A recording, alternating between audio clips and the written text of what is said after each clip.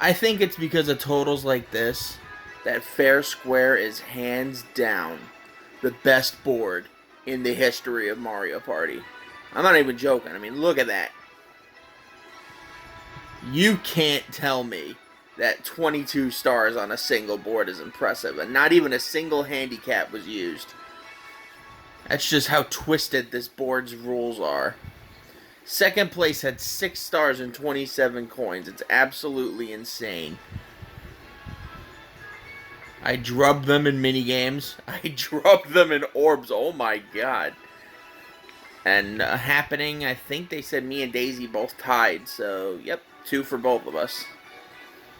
Wow. That was a drubbing.